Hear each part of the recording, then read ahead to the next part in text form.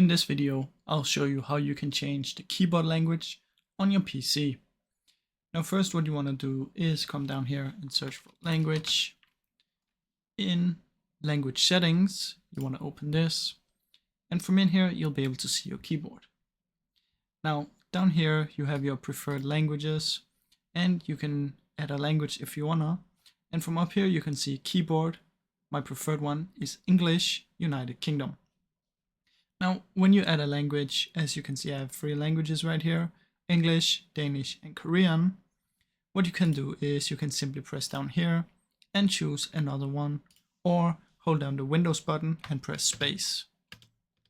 If I keep pressing space, you can see if I choose the Korean one and I type something, it will be written in Korean, just like that.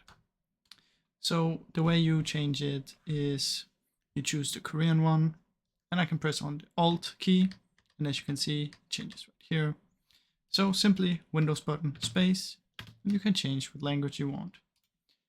That's basically it, guys. Now I really hope you enjoyed this video, and if you did, please leave a like and subscribe, as it helps me out a ton. Thank you so much for watching.